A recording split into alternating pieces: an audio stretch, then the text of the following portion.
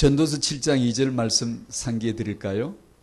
뭔지 모르시겠죠? 그러나 제가 초상집에 가는 것이 잔치집에 가는 것보다 낫다는 말씀이 이제 아시겠죠? 초상집에 가보셨나요? 낫던가요? 지난주에 저희는 초상집에 갔다 왔습니다. 여러분이 임신하시고 낳고 기르는 그 아이가 어떻게 해서 자라죠? 어떻게 학습이 되죠? 어떻게 해서 습득을 하죠? 경험으로 합니다. 경험으로. 다 아는 일반 상식이지만 경험이 있으면 자라고 경험이 없으면 못 자라고 경험이 많으면 많이 자라고 경험이 빨간색이면 빨간색으로 자라고 경험이 적으면 적게 자랍니다. 경험이 적은데 많이 알 수가 없어요. 태중에서 아이가 자극의 경험을 적게 받았는데 많은 걸 접할 수가 없어요. 경험한 것만큼만 아는 게 인간이에요.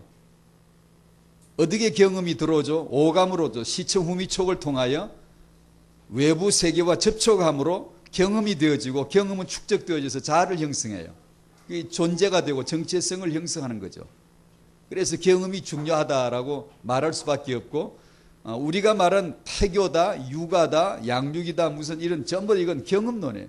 경험을 어떻게 아이에게 시켜줄 거냐, 어떤 유형의 경험을 하게 해줄 거냐 이죠. 양질의 경험, 어떤 수준을 가진 경험을 꾸준히 하게 해주면 이 아이에게는 자기도 모르게 자기가 선택한 게 아닌데 인생은 선택한 게 아니라 선택된 거거든요. 경험되어진 거지 내가 저 경험을 하리라 그랬나 애가 아니 엄마 아빠를 저 엄마를 만나보니 저 엄마 닮았지. 이 저 아빠 만나다 보니 저 아빠 닮았지. 이렇게 되어진 거거든요. 그래서 그 부모들에 의해서 오감을 통하여 경험이 들어오고 이것을 가지고 자기 존재가 되어지는 것이죠.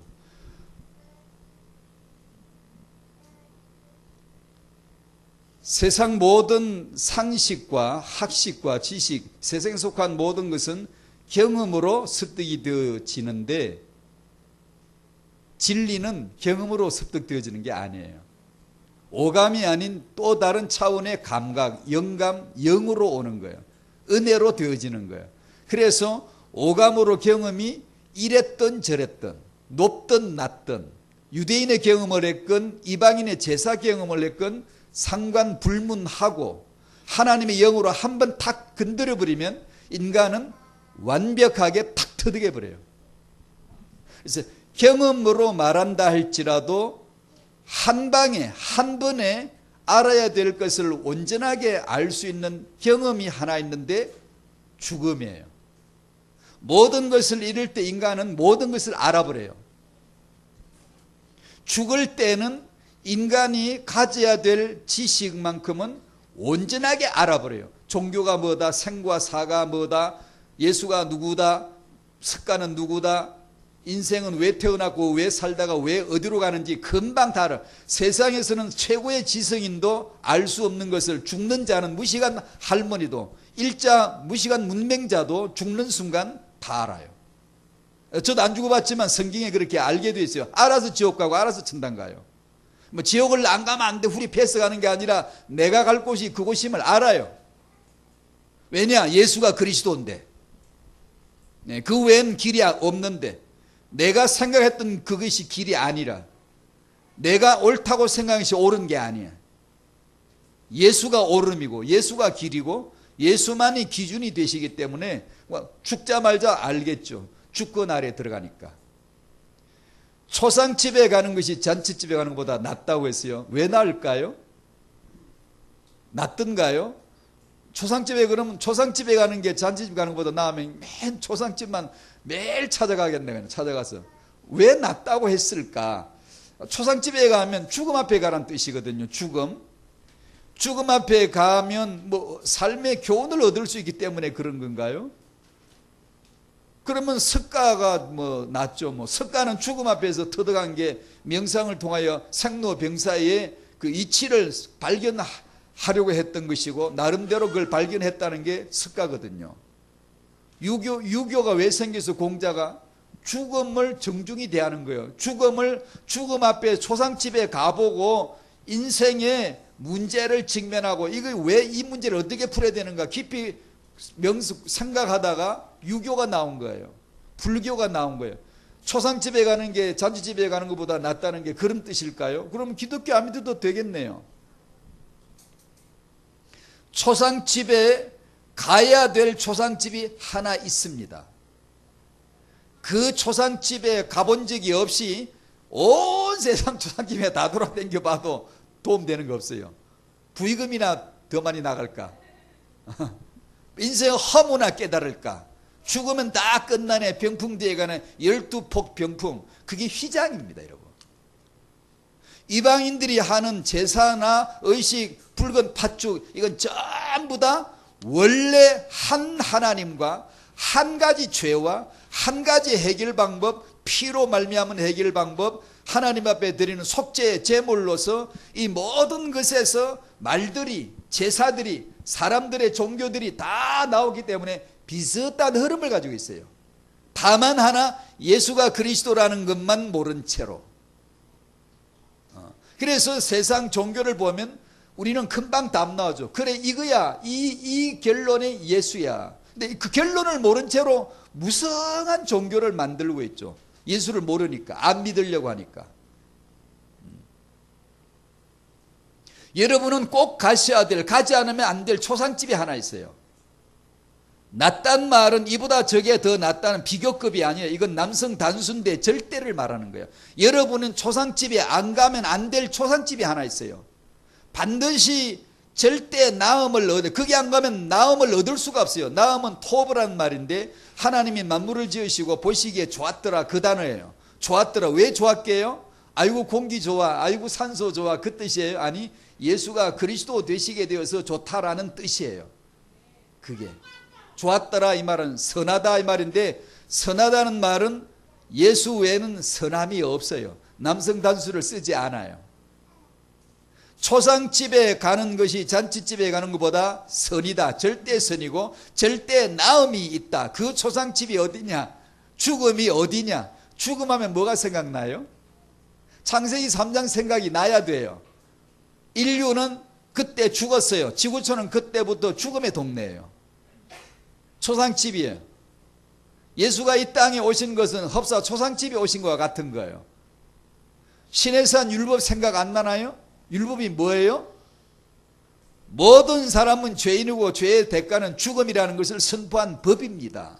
율법은 지키라고, 못 지키니까 지키라고 한 거죠. 이건 하지마, 하게 되니까 하지 말라고 한 거예요. 왜냐? 너희들은 전부 다 죄에 걸렸어. 죄의 대가는 사망이야. 지옥을 가야 돼 라는 선언이 율법이에요. 유대인들은 그걸 모르고 율법 지키라는 줄 알고 율법 지키고 있죠. 지금도. 율법은 예수 믿으라는 표적이요 비유인데 예수를 안 믿고 율법을 믿어버렸어요. 그걸 죄라 그래. 그걸 저주라고 하는 거예요. 그 다음에 죽음하면 뭐가 생각나야 되죠? 갈보리. 그가 죽으신 해골의 곳 죽음의 산 골고다 십자가. 초상집이에요. 하나님의 초상집이에요. 죽음, 초상집, 죽음 그러면은 적어도 이것이 생각이 나야 돼. 창세기 3장 시내산 갈보리산. 그 예수의 죽음, 그 죽음 앞에 가봐야 시내산의 율법 앞에 나 죽음, 내가 죽은 자거든요. 나 죽음 앞에 가봐야, 갈보리 예수 죽음 앞에 가봐야 복음이 뭔가를 아는 거예요. 나음이라는 것은 순종이 제사보다 낫다고 하니까 순종이 제사보다 이만큼 더 나은가 보다, 그 뜻이 아니고 제사는 틀린 거고 순종은 맞다라는 뜻에서 낫다는 겁니다. 아시겠어요? 유대인의 율법의 제사는 틀린 것이고 오직 예수를 믿는 믿음, 순종만이다 라는 것을 말씀한 거예요. 내가 왜 이야기를 했지? 지난주 초상집에 갔다 왔다고요. 그래서 이런 생각을 했다고요. 여러분의 아이가 습득할 수 있는 최고가 죽음인데, 경험인데, 경험 중에 마지막 경험이 죽음이에요. 경험을 통하여 다 아는데 문제가 하나 있죠. 죽으면 기회도 없어져 버리니까. 그것은 습득이 아니라 주권 아래에서 다스림을 받을 뿐이죠. 내가 알아서 안 게 아니라 주님이 알려준 거죠. 주권으로. 모든 무릎을 예수 앞에 꿇도록, 모든 입으로 예수를 그리스도라고 말하지 않으면 안 되도록 하나님이 시켜버리는 것이죠. 네. 죽기 전에 이 경험을 해야 되는데 오늘 메시지 잘 들어보시라고요. 하나님이 여러분과 여러분의 후대를 누구를 부르실까? 어떤 사람을 부르실까? 누구를 쓰실까? 잘 들으시라고요. 예. 갈라디아서 2장 20절에서 이제 내가 육체 가운데 사는 것은 이라고 하면서 첫 번째, 두 번째 했고 오늘은 세 번째인데 왜 예수 믿는 내가 육체로 살아야 되지? 육체라는 것은 뭐라고 그랬죠? 이 몸뚱아리만 생각하지 마시고 살덩어리, 한문으로 살덩어리 맞는데 정육점 그 육자예요. 맞는데 이것은 내 몸도 포함되겠지만 내 마음, 즉 하나님을 떠난 마음, 하나님 없이 살고자 하는 마음, 내 고집대로 살고자 하는 그 마음, 불신앙, 불순종의 그 마음, 육의 본성, 전인적인 전체를 다 포함할 때 육체라고 합니다. 성경에서 육체라고 말하면 당신의 마음과 몸과 삶의 전인, 전체를 다 포함한 말입니다. 육체로. 예수 믿자 말자 당장 데려가 버리고 행복하게 어차피 영생 살 거야. 어차피 영생 살 건데 그럼 빨리 데려가 버리시면 그냥 영생이 뭐 좋잖아. 험한 꼴 안 보고 그냥 막 아이고 좋아 그냥 가버릴 텐데 왜 육체로 살게 해 주셨을까? 그런 설명을 했고 지난주와 더불어 오늘도 이어지는 건데 원래는 한 번만 살짝 하려다가 세 번까지 왔어요. 이게 그 얘기를 하는 겁니다. 왜 나는 육체로 살아야 되지? 육체는 연약함인데 약함인데 많은 문제로 살아야 되는데 약한 자들이 많고 잘 안 되는 자들이 많고 문제가 많은 부모들 많은데 아니 어차피 영생 받는 게 목적이라면 구원받지 말자 데려가시면 되잖아요. 내가 구원자라면 그러겠다. 내가 만약에 구원자라면 구원이 영생을 주는 게 목적이잖아. 구원은. 그러면 아무개 이렇게 다니다가 아무개 최세훈이 탁 찍어서 너 이리 와 내가 구원해 줄게. 구원해가지고 목적이 영생이나 빨리 영생으로 데려가 버리면 되잖아요. 근데 왜 영생으로 살기가 너무 어려워 이 세상은. 너무 힘들어. 안 먹으면 배고파. 좀 걸어다니면 아이고 피곤해 너무 지쳐. 쉬어야 돼. 누가 날 욕하면 재수 없다 그래. 기분 나빠. 누가 나를 좋다고 최고다 하면 공작새면 날개를 쫘르륵 폈다가 넌 왜 그래 바보 같아 그러면 뭐가 니는 어떤데? 이게 괴로워. 사람이 괴로워요. 비교가 되고 경쟁이 되고 왜 저 사람은 저렇게 예수 안 믿는데도 잘 되고 예수 믿는 나는 왜 이렇게 자꾸 잘 안 되는 게 왜 이렇게 많은 거야. 그러다 보면 하나님도 의심스러워. 하나님 진짜 눈 뜨고 사시는 분 맞나요? 뭐 졸진 않나요? 뭐 안 존다 그러는데 거짓말 같아요. 조시는 것 같아요.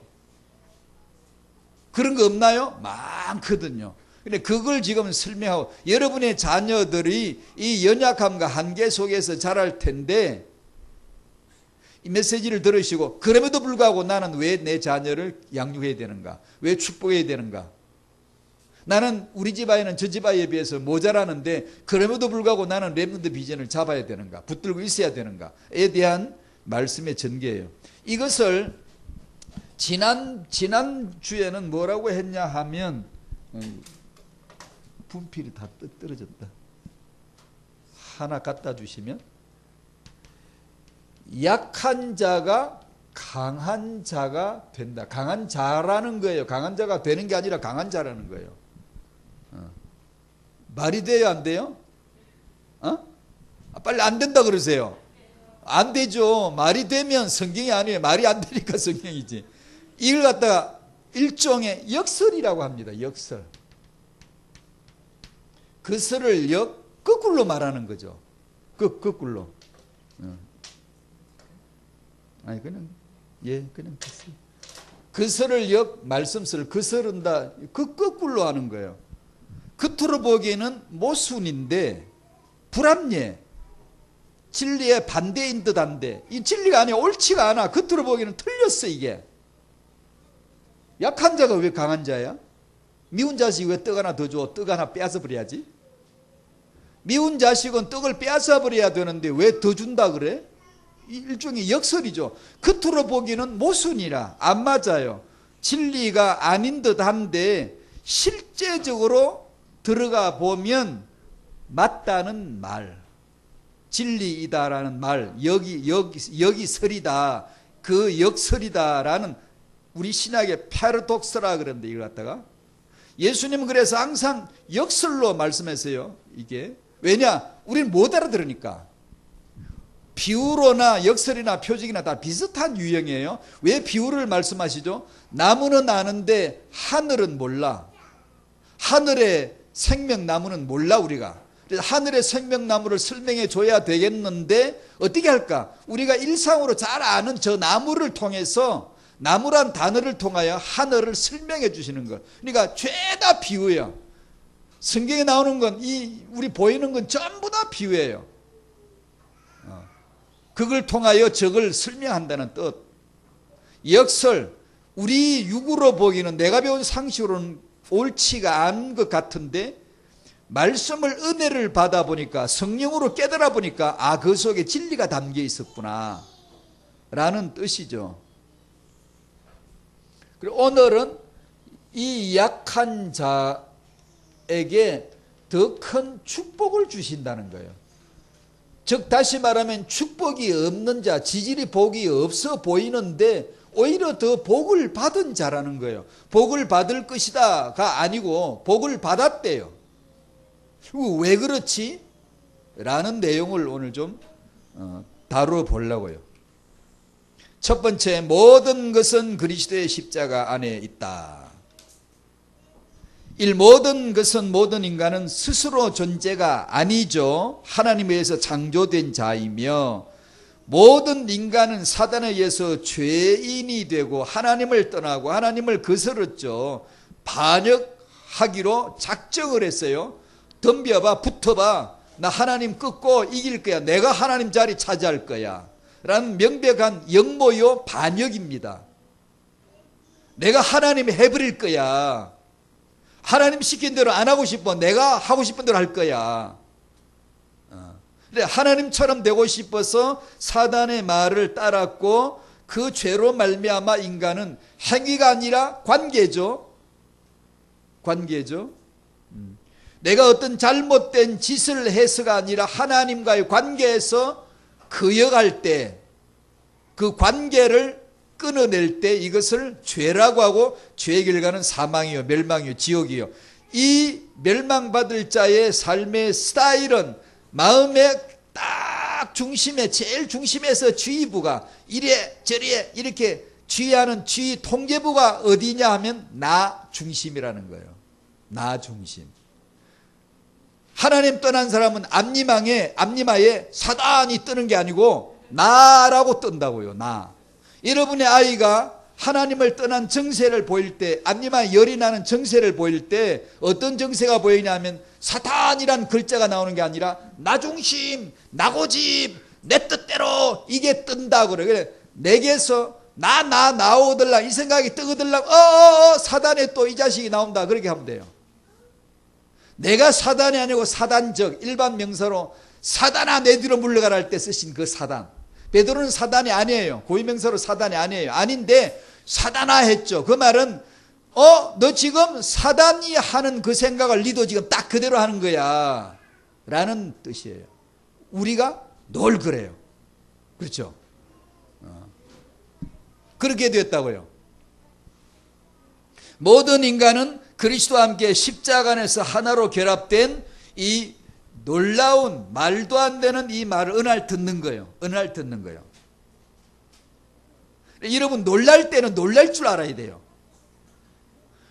우리 엄마가 창작 동화를 하나 써가지고 우리 어떤 엄마가 하나 저보고 읽어보라고 줬어요. 줬는데 이제 제가 쭉 읽어보고 뭘 고쳐야 되겠다 고쳐야 되겠다 이렇게 이제 조언을 해주는데, 그 중에 하나 느낀 거, 인간이 하나님에 의해서 창조되었다. 그걸 가만히 생각해봐요. 그 희열과 감동을 좀 생각해봐. 그냥 서술해가지고 말로서 재미대가리 하나도 없이 그냥 뭐 창조되었고, 뭐 우리가 사단에게 뭐 이게 속아가지고 하나님을 떠났고, 그게 뭐 속은 건지, 뭐 속으면 그렇게 속으려면 만 번쯤도 속아도 되겠네. 뭐 별로. 이게 하나님의 형상으로 지어졌는데 사단에게 속아서 이렇게 되어졌고 그리스도로 말미암아 회복되어진 이것을 말할 때 그 매듭마다 거기는 여울목이거든요. 거대한 여울목이라야 돼요. 그 어떤 말 표현이나 행동에서 그것이 드러나야 돼요. 그래, 말로 하면 아, 감탄사가 들어가야 하는데 맨날 아를 쓸 수 없잖아. 근데 그 문장을 어떻게 이어서 어떻게 표현을 함으로 인해서 그 사건의 중대성을 감탄하게 할 건가, 놀라게 할 건가, 경악스러운 거거든요. 충격이거든요. 근데 그런 것들이 잘 안 보이더라고요, 이게. 그래서 그런 매듭 하나하나를 지나가다 한번 샥 지나가거든요. 여울목에 가면 그셉니다.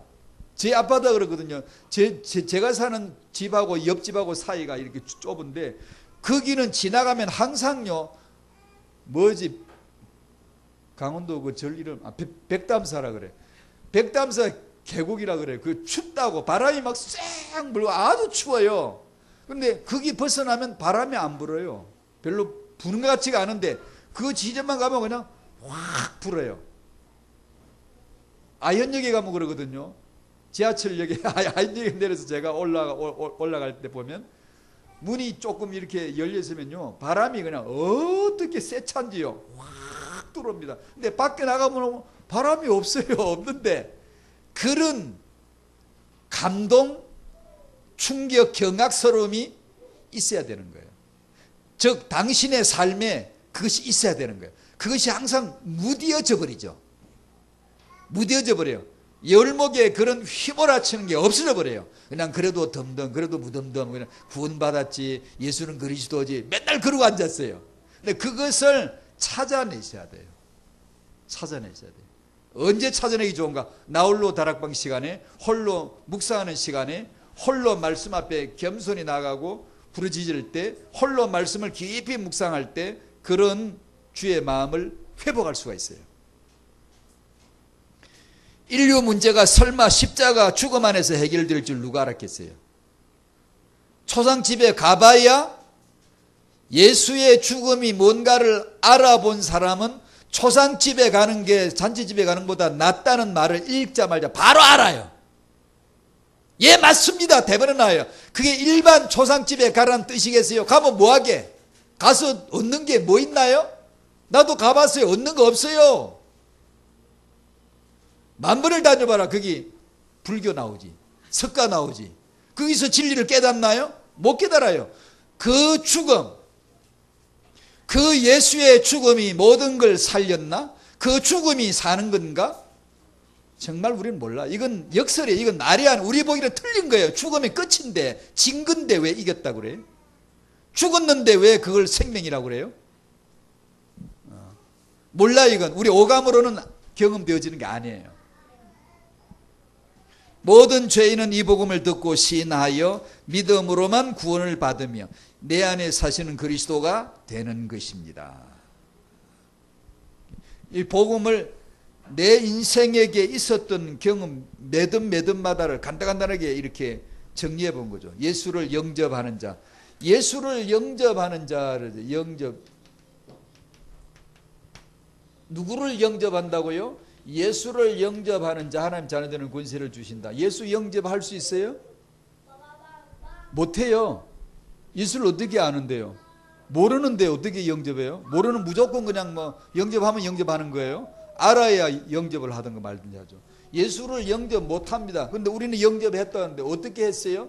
예수를 전하는 사람을 영접하는 거예요. 너희를 영접하는 자는 나를 영접하는 것이다. 마태복음 10장 40절. 너희는 누구죠? 제자들, 사도들, 전도자들, 캠프 나가서 예수는 그리스도라고 전하는 자들, 이 모두가 그 너희에 속하겠죠. 그 사람을, 예수 전하는 사람을 재수 없다고, 듣기 싫다고, 저 딴 집이나 가라고 요렇게 하는 게 아니고, 그러다가 어느 날은 듣고 싶은 날이 있는 거죠. 어느 날은 괜히 듣고 싶은 날도 있는 것 같지만, 인생에 어떤 중요한 사건이 있을 때는 마음이 열릴 때가 있어요. 그래서 그 예수를 전하는 사람이 듣기 싫다고, 재수 없다고 저리 가라고 했지만, 심지어 사울은 돌로 쳐서 죽였잖아요. 그런데 언젠가 어느 날 나는 알았네 하면서 마음이 열려서 예수를 전하는 그 사람이 이뻐 보일 때가 있는 거예요. 아니, 저 사람이 참 좋아 보인다. 그게 무슨 소리예요? 그 무슨 뜻이에요? 이루고 싶을 때가 있다 이거예요. 이게. 왜요? 루디아가 예수를 영접한 게 아니라 예수를 전한 바울을 영접했고, 바울의 말을 들을 때 그 마음이 열려서 바울의 말을 따르기 시작했어요. 왜요? 그 앞에 뭐라고 나오죠? 주께서 루디아의 마음을 열어주신 분이 주님이시라고 설명하고 있어요. 우리에게도, 당신에게도 그런 줄로 믿습니다. 주님께서 당신의 마음을 열어주셔서 전도자의 말을 듣게 해주신 것이죠. 듣다 보니까 내가 살아왔던 생활 철학과는 세상 사는 이치와는 완전히 반대. 이건 안 맞아. 듣고 싶지 않은 건데, 희한하게 그날은 들려졌다 이거죠. 듣고 싶어졌다는 거죠. 그래서 그 전도자의 말을 받고 그 말을 따르다 보니까 예수님을 영접하고 따르게 된 것이다 라는 것이죠. 그렇게 되어져서 우리는 예수 영접한 자가 된 줄로 믿습니다. 제가 그날 그 찬송 소리를 듣는 날 설교하는 메시지는 아무도 기억도 안 나요. 지금 내 기억에. 주에서보다 더 귀한 것은 없네. 이 찬송 소리는 또렷하게 기억이 나요. 도대체 제 양반이 부르는 주예수는 도대체 누구야? 뭐길래 저렇게 부르는 거야? 아니, 뭐가 있길래 저렇게 부르지? 부르는 자세, 목소리 확신, 그 확신된 태도, 그 맞아, 맞다, 나는 맞는 걸 말하는 거야, 노래하는 거라는 게 몸에서 뿜어져 나오는 것 같은데, 도대체 제 양반은 믿는 저 예수가 도대체 누구야? 라는 게 제가 탁 들어왔거든요. 그래서 그 찬송가 가사는 그날부터 지금까지 또렷이 기억나거든요. 근데 설교를 누가 했는데 기억도 안 나요. 무슨 메시지인지 기억 안 나는데, 그 설교 전에 특송 부른 것이 제 마음을 확 찔러 들어와가지고 탁 글새로 딱 걸어버렸어요. 도대체 예수가 누구길래 제 양반을 저렇게 만들었을까? 거짓 같지가 않아. 그 사람이 특송을 불렀는데 절대로 거짓이라고 느껴지지가 않아요. 저 쇼를 절대 할 리가 없어. 저거는 쇼가 아니야. 유행가 가수들이 나와서 노래를 부르잖아요. 그건 알겠어. 그런데 저 노래는 도대체 모르겠고, 왜 저 사람이 저렇게 됐지? 근달 같거나 아니면 근성으로 부르거나 쇼를 하거나가 절대로 아닌 것 같은데, 도대체 저건 뭘까? 라는 게 제 마음에 태어나서 처음으로 딱 걸려들었거든요. 마음을 딱 걸고 끄집어내기 시작하더라고요. 그런 사건. 주께서 제 마음을 잡아채서 끌어내 주신 것이죠. 그래서 절대로 역설이고 모순이고 불합리한데, 그것이 불합리하다라고 조금도 안 느껴지고 자연스럽게 물 흐르듯이 흘러서 제 마음에 그냥 그대로 들어오는 거 있죠. 성경 말씀이, 하나님의 메시지가. 주께서 당신에게 은혜 주신 줄로 믿습니다.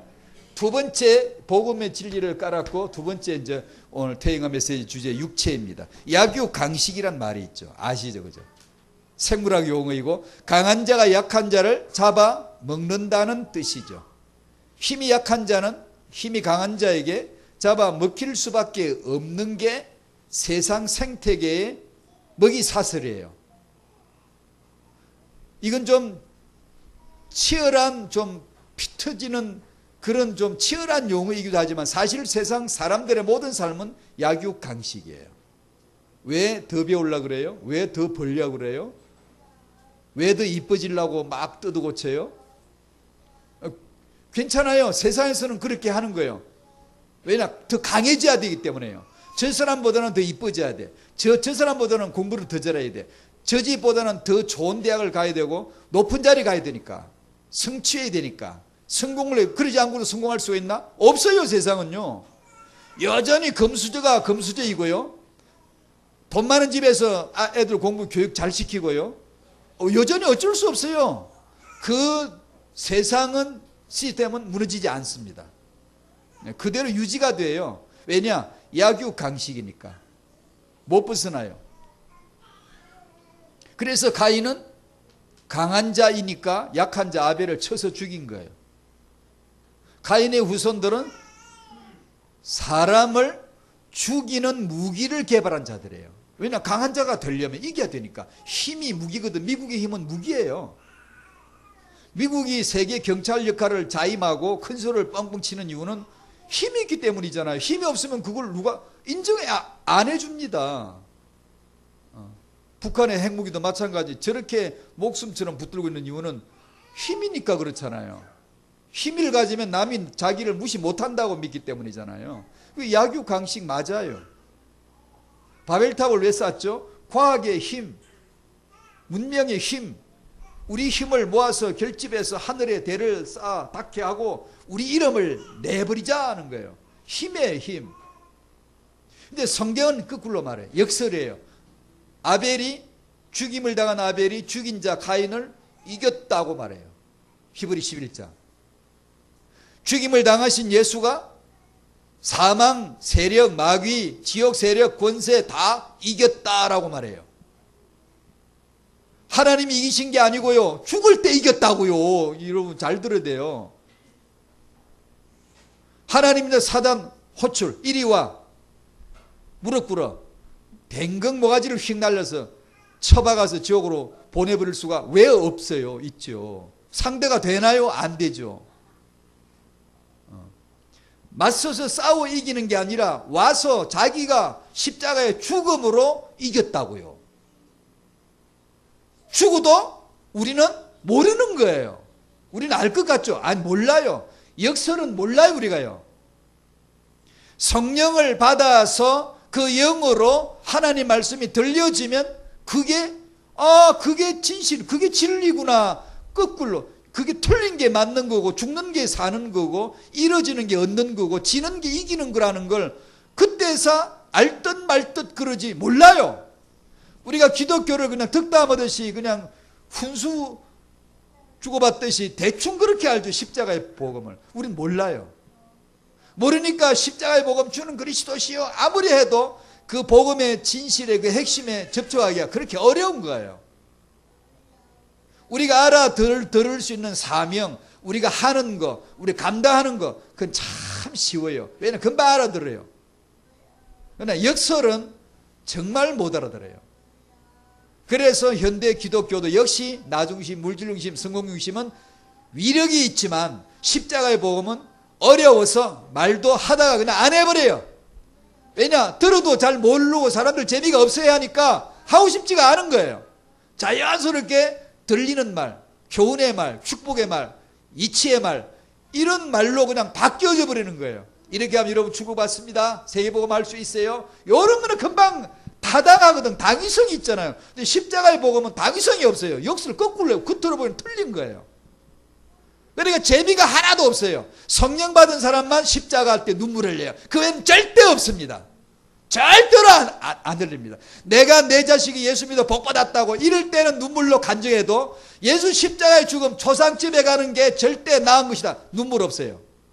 안 나와요. 이건 안 나오는 게 정상적입니다. 비정상적으로 성령이 임했을 때만 그것이 나은 거예요.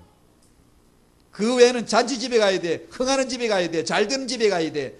그거 성공 응답이지. 어떻게 죽고 없어지고 멸하고 폐하해지고 죽음이고 왜 거기가 낫다 그럽니까? 뭐를 말해요. 그게.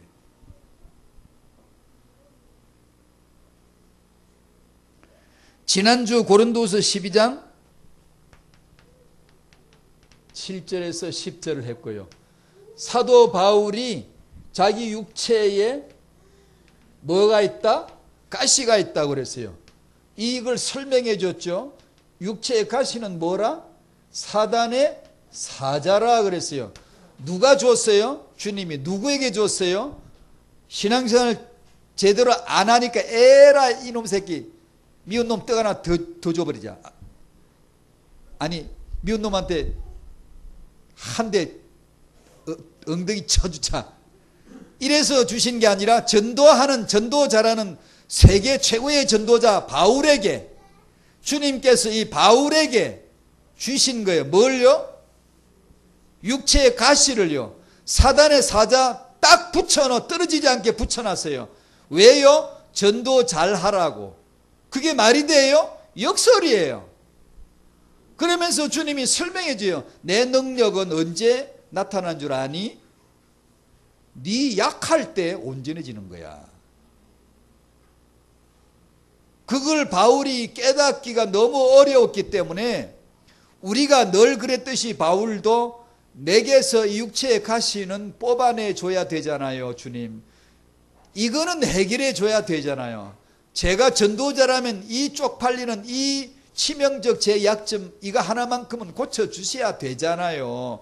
응답해 주세요. 떠나가게 해주세요. 이걸 좀 해결해 주세요. 문제 해결을 해서 기도했겠어요? 안 했겠어요? 우리처럼 했지요. 몇 번 했어요? 3번 했죠. 3번이란 말은 뭐예요? 완전히 기도했다. 전심으로 기도하고 전체를 다해서 기도했다는 뜻에서 3번이에요. 단지 3회를 말하는 게 아닙니다. 3은 횟수가 아니라 메시지예요. 바울에게도 우리와 똑같이 여전히 이 가시는 싫었던 거죠.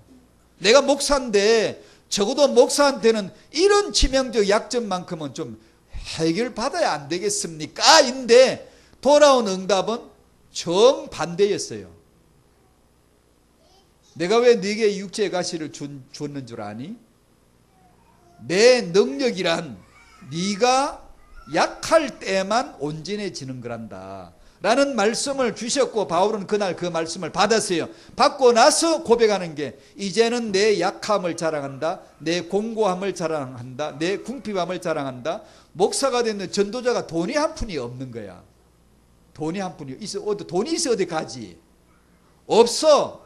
근데 전도자에게 교통비는 주셔야죠. 이렇게 기도했는데 하나님이 주기는커녕 없음이 너에게 있어야 너는 온전히 내 능력을 나타낼 수가 있는 거야 라는 역설을 주신 거예요. 바울이 이걸 깨달았거든요. 깨닫고 나서 이제는 뭘 자랑하죠? 이 약함을 나는 자랑한다, 기뻐한다 라고 했는 거예요. 저는 몰라요. 제가 안다고 말하지 않겠어요. 전 몰라요. 알 리가 없어요. 아직요. 아는 것 같죠? 아니, 그거는 그냥 교훈으로 여러분 생각일 거예요. 참 희한하죠. 능력은 언제 오죠? 기도 많이 하면 온다 그러잖아요. 맞아요. 어떻게 오는데요? 기도 많이 하면 반드시 죽어요. 자기가 안 죽으면서 기도 많이 한다고 하는 건 무조건 틀린 거예요. 가짜예요.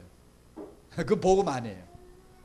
복음은 내가 그리스도 함께 십자가에 죽는 거지, 그게 아닌데 뭐 능력 받았다? 무조건 이단 나와요. 틀림없이 그건 이상한 거 나와요. 능력은 성령 받으면 능력 온다잖아요. 맞아요. 맞는데 어떻게 와요? 성령 오니까 어떻든가요? 죽어요. 성령과 나는 대척점에 있어요. 육체의 소유과 성령의 소유는 반드시 딱 맞서는 자리에 있어요. 성령이 내게 위 상위 권위가 되면 반드시 나는 죽어요. 반드시 죽어요. 내가 안 죽는데 성령 충만하다? 절대 없어요. 있을 리가 없죠군요. 그래서 능력이 되는 거예요. 오늘은 이제 고린도전서 1장인데 다 같이 찾아보시겠습니다. 약한 자들이 더 강한 하나님 나라의 모순 역설된 아이러니한 것을 제가 한두 가지 예를 들고 이 본문을 같이 보도록 하겠습니다. 그리스도에는 믿는 자와 결혼하는 것이 성경적으로 맞죠? 아멘이죠? 이 청년이 안 계시겠지만 계신다면 그렇게 결혼하게 되시기를 축복합니다. 청년들은 꼭 그렇게 하셔야죠. 믿는 자는 믿는 자와 결혼하는 것이 맞는 거고 응답이고 축복임이 틀림없어요. 그런데 이해할 수 없는 아이러니가 하나 있어요. 불신자와 결혼한 사람이 저 사람 믿음 좋아 결혼했다고 여겨질 리는 없죠. 그죠? 저 사람 응답받아서 불신자와 결혼했다라고 말할 리는 없잖아요. 또 그렇지 않잖아요. 그런데 아이러니가 있어요. 타영아 전도학교를 다니다 보면 이 현실은 분명해요. 일반화시킬 수는 없어요. 이것이 다 그렇다 그렇게 할 수는 없지만 분명히 있는 현실이 뭐냐? 불신자와 결혼한 어떤 엄마들의 지금 현재 믿음이 믿는 자와 결혼한 어떤 부부들의 믿음보다 꼭 뭘 보고 좋다 안 좋다 그렇게 말하기는 어렵지만 대충 허용해 주신다면 교만함이 아니고 그냥 일반적으로 그를 능히 추측 가능한 일이라면 제가 보기에 불신자와 결혼한 어떤 엄마 그 영적인 전투를 치열하게 해내야 되고 주일날 예배 한번 참석하는 것조차도 영적 전투예요. 그런 가운데서 아이들을 불신앙 분위기에서 영향받지 않게 하려고 믿음으로 키워내려고 얼마나 많이 애를 쓰는데 어려워요. 심지어 어떤 집은 불신자 가정에서 헌금할 돈이 없어서 용돈을 탔으면 용돈을 받는 데서 조금씩 저축했다가 주일날 헌금한다고 제게 고백한 엄마도 있어요. 심지어 어떤 부부는 이혼 위기에 와 있고 심지어 이혼 당한 분들도 있어요. 교회 안에. 그러면서 이혼되고 혼자서 아이를 키우느라고 정말 전력 투구하는 모습들이 있거든요. 그런데 보세요. 아이러니가 역설 같은 현상이 있어요. 이들의 믿음이 더 좋다라고 보여지는 것은 왜 그럴까요? 어떤 사람들에 비해서 이건 꼭 비교가 되는 건 아니지만 제가 보기에는 분명히 그렇거든요.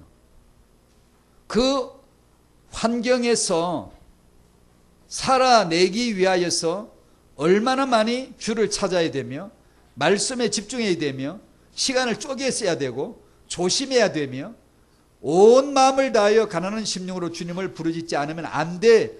그러다 보니까 믿음이 좋아서 결혼한 사람들보다 예수가 그리스도이심을 더 알아간다면 여러분 받으신 복이 뭐예요? 믿는 사람과 결혼한 게 복이에요? 아니죠. 복은 그런 걸 복이라고 하는 거 아니에요. 예수가 그리스도이심을 알아가는 거예요. 여러분이 지금 딱 죽는다면 초상을 당하여 내 초상집에 내 문상을 내가 가봐야 돼요. 죽는다면 이 시점에 딱 죽는다면 누가 복 받았을까요?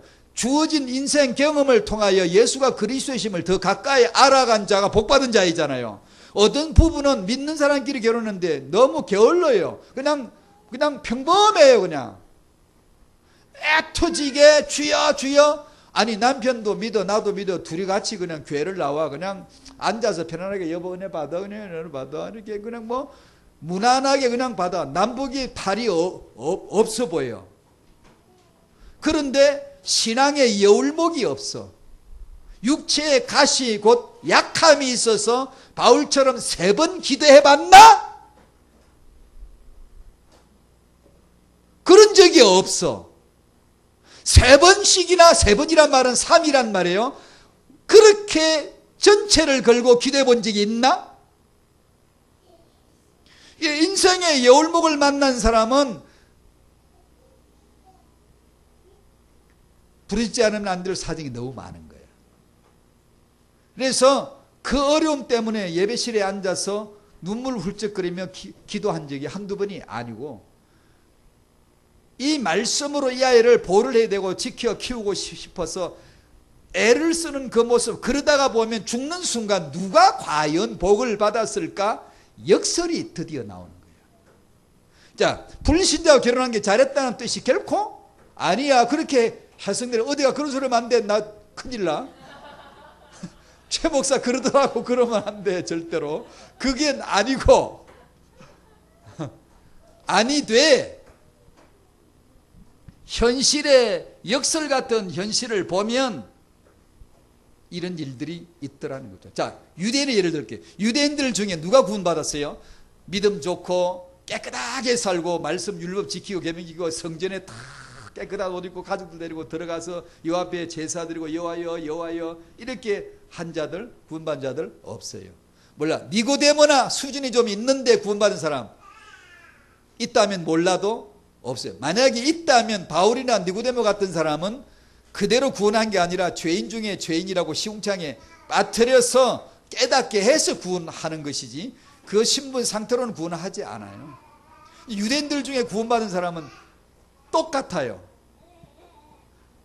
동네에서 다 아는 죄인. 쟤는 진짜 나쁜 놈이야. 세리마태. 쟤는 우리나라에 피 빨아가지고 로마에 바치고 피 빨아먹는 놈. 우리나라 해방되면 저놈부터 죽인다. 알려진 죄인들, 간암증에 잡힌 여자, 혈루증 여자, 성전 문 안에 1cm도 못 들어가. 왜냐? 부정한 자니까. 안전병에다가 어떤 사람 문둥병자에다가 이런 사람은 부정한 자라 성전에 못 들어가요. 구별돼. 저리 가야지. 부정한 자들, 더러운 자들 침을 탁탁 뱉거든요. 저리 가라고. 그로 인하여 내가 부정해지니까 격리하는 거죠. 성전에 당당하게 들어다니던 사람은 예수 믿어 구원받은 사람이 없는데 성전에 들어가지도 못하는 부정한 사람이 그 문 밖에 앉아있다가 어느 날 예수 만나 구원받게 되는 정말로 역설 충격이에요. 이거는 충격 받을 때는 받으시라고 좀. 왜 이런 사람이 구원을 받지? 간음중에 잡힌 여자, 간음하란 뜻이 아니라 간음중에 잡힌 여자가 아니었다면 이 여자가 구원받아 천국 갔을까? 거의 못 갔을 확률이 거의지. 그런데 아이러니 분명히 나쁜데 분명히 잘못인데 이 여자가 간음중에 잡히는 덕분에 예수 만났고 구원을 받아 영생을 들어간 이 너무나 아이러니하다 이거야. 너무나. 집을 안 나가고 충성하고 아버지만 사랑했던 큰아들보다 아버지를 배반하고 집을 떠나서 아버지 재산을 다 말아 먹어버리고 집 나갈 때 입고 나간 고급 옷 좋은 옷 다 벗어 거지 옷 무더기 옷 다 떨어진 옷 걸쳐가지고 먹지도 못하고 거지가 돼가지고 돌아오는 이 둘째 아들에게 짐승 잡아줘 장자 반지 끼워줘.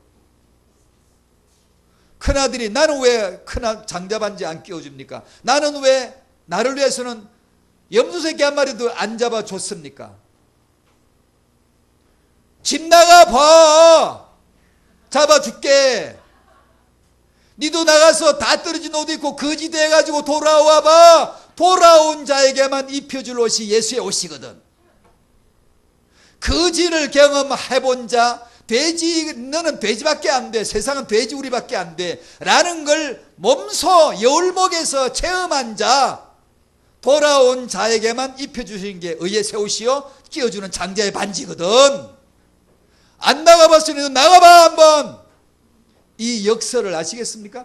예수께서 당신을 구원해 주신 역설을 아시겠습니까? 죄지어서 밀어내서 전해서 살려주신 역설을 아시겠습니까?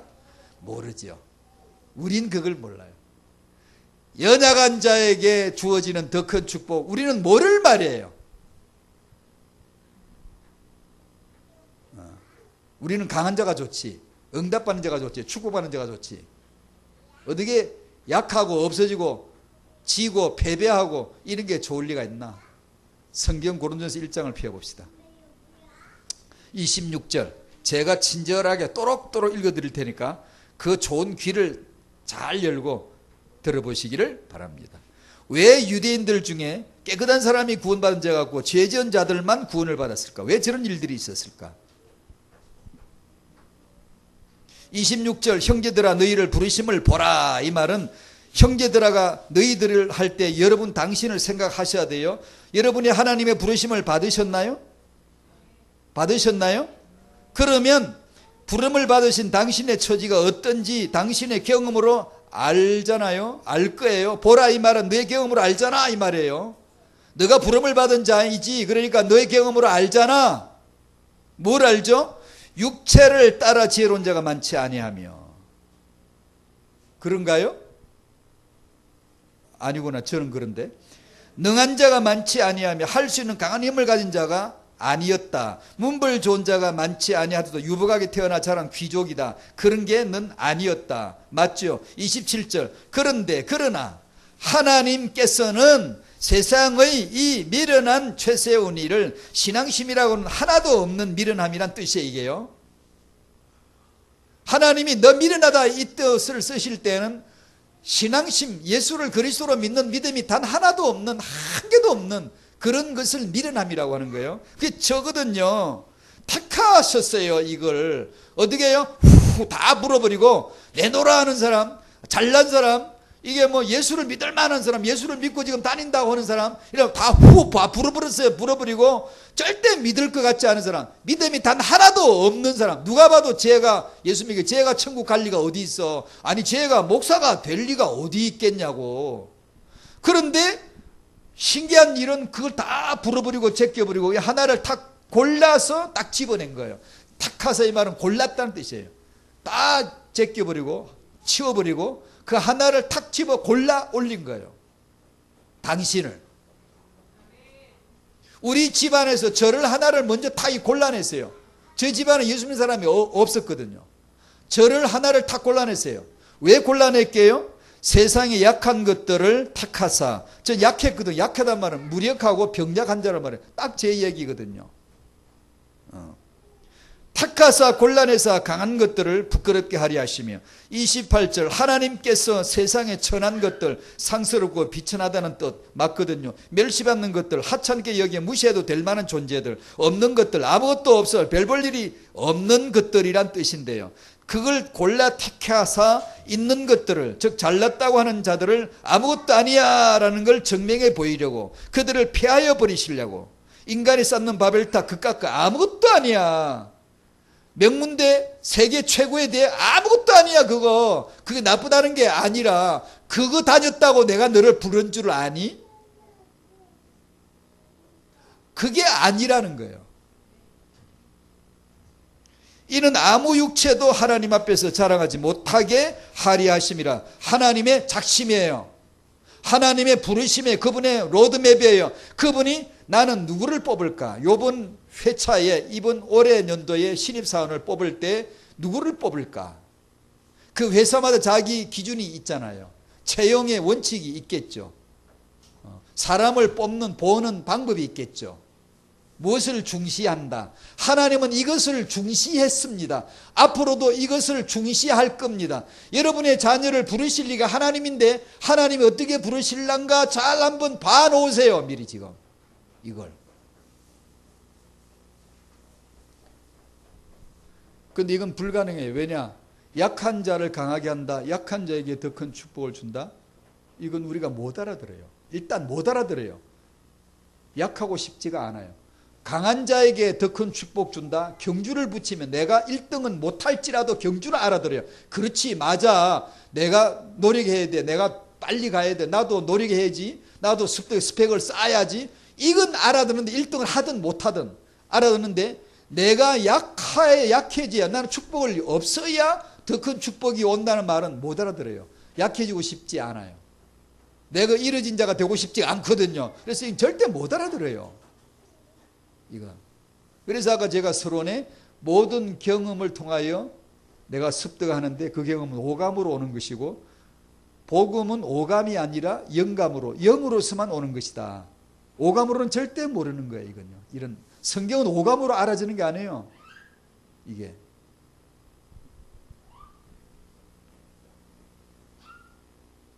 그래서 마지막에 그냥 간단히 적용으로 이렇게 마칩니다. 하나님은 연약한 육의 한계를 지닌 자 중에서 여전히 앞으로도 부르실 텐데 그래서 제가 마지막 결론 이렇게 지어줄게요. 미래를 위한 하나님의 부르심은 우리의 육아로 교육으로만 되는 것이 아닙니다. 당연히 상식이지만 그러나 믿음이 없어도 믿음이 약해도 육아 교육은 잘하는 사람이 있어요. 그러니까 하나님의 부르심은 우리 육아로 교육으로만 되는 것이 아니다는 걸 알아야 되고 그럼 뭘로 되는데 하나님 자기 마음이죠. 우리 속된 표현으로 하나님 자기 마음이죠. 근데 그걸 좀 신학적으로 조금 근사하게 표현하면 하나님의 주권이라 그럽니다. 그러면 하나님의 주권이 도대체 뭔데? 하나님 닥친 대로 사시는 분이야. 하나님 마음대로 하는 거 맞아요. 맞는데 하나님이 우리 어떤 그런 정신문제에 있는 우리 인생처럼 그냥 어떤 땐 이랬다가 어떤 땐 저랬다가 그러신다는 뜻이 아니라 그분의 원칙이 있죠. 그게 뭐죠? 두 가지를 제가 적었습니다. 성경 66권 이건데, 율법 안에서 죄를 깨닫게 합니다. 미련한 자, 약한 자, 천한 자, 멸시받는 자, 없는 자임을 율법 안에서 깨닫게 해줘요. 실제로 제가 병약했을 때 예수를 만나기도 했고, 병약하지 않고 근육이 강하고 막 건강한 상태라도 주께서 율법을 탁 던져가지고 그 사람에게 딱 건드리면 건강한 사람도 병든 사람보다 훨씬 더 탁 쓰러져 버려요. 그냥 완전히 병든 사람처럼 연약한 자가 되어서 벌벌 떨고 주의 은혜를 받지 않으면 내가 안 되겠다라고 하는 낮은 곳으로 처박아 넣거든요. 사도행전 2장 36절 어찌할꼬 그게 나오거든요. 그걸 율법이 합니다. 여러분에게 이것이 와닿아야 되고 여러분의 자녀에게 이게 올 겁니다. 실제 병약한 아이가 있다면 복음 깨닫기가 참 좋을 거예요. 복음 깨닫기가. 그리고 병약하지 않더라도 건강하더라도 하나님이 부르실 때는 넌 미련한 자야, 너는 천한 자야, 너는 병약한 자야, 무력한 자야 라는 것을 말씀으로 딱 보여줘요. 알게 해주어서 그 다음에 예수 안에서 그리스도를, 의로움을, 구속함을, 거룩한 자 됨을, 하나님의 자녀 됨을 알게 해주시는 거예요. 그렇게 해서 부르시는 거예요. 저를 그렇게 부르셨어요. 저는 이 없는 자, 망한 자, 딱 맞아요. 제가 과장할 필요가 없어요. 이건 딱 맞아요. 어느 날 예수 안에서 그리스도를 볼 수 있도록 그 복음이 내 안에 사시는 그리스도가 되게 해 주심으로.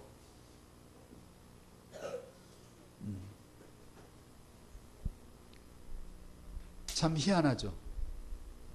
그래서 전에 제가 말씀 캐스트 어웨이라는 영화 본 얘기를 하면서 소개를 좀 했겠지만, 제가 그 연약한 자 중에 있을 때 거대한 나무 조각 두 조각에 걸쳐있는 내 인생과 거대한 태산 같은 구조선이 다가오는 그 그림이 저는 너무나 생생해요. 제게 그랬거든요. 거대하신 분이 제게 다가왔어요.